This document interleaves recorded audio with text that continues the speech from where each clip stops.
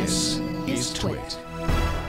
We got an email from Ivan, who's got a tip that he says he found by accident. Ivan writes, I just found out this morning on my way to work that you can turn on and off assistive touch by pressing the home button 3 times. This can be a big help if you don't want to go through the cumbersome settings menu. Just thought I'd share that and keep up the great work.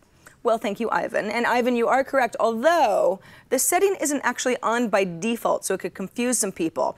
If you do go into your settings, then general, then accessibility, and scroll down to accessibility shortcut, you have the option to activate triple click for as many options as you like. Speaking of, do you even know what any of these things do? How about a little accessibility refresher course? Okay, so the voiceover option's a great way to have whatever's on the screen read to you. Like an article, for example. I started looking into the Bitcoin startup ecosystem.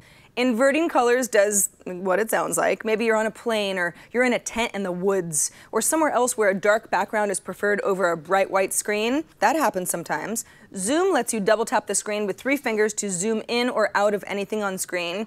Say an Instagram photo you wish was a tiny bit bigger.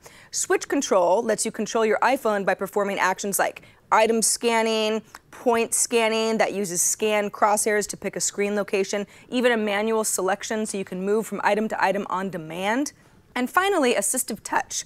If you want shortcuts to pretty much anything on your iPhone, assistive touch gives you virtual settings menus that you can customize to your heart's content via custom gestures and a floating home button. Obviously, accessibility settings are mostly designed to help those who have limited vision or motion or hearing, etc. But it's kind of nice to know how they work for those of us who like to hack our iOS experience just for fun.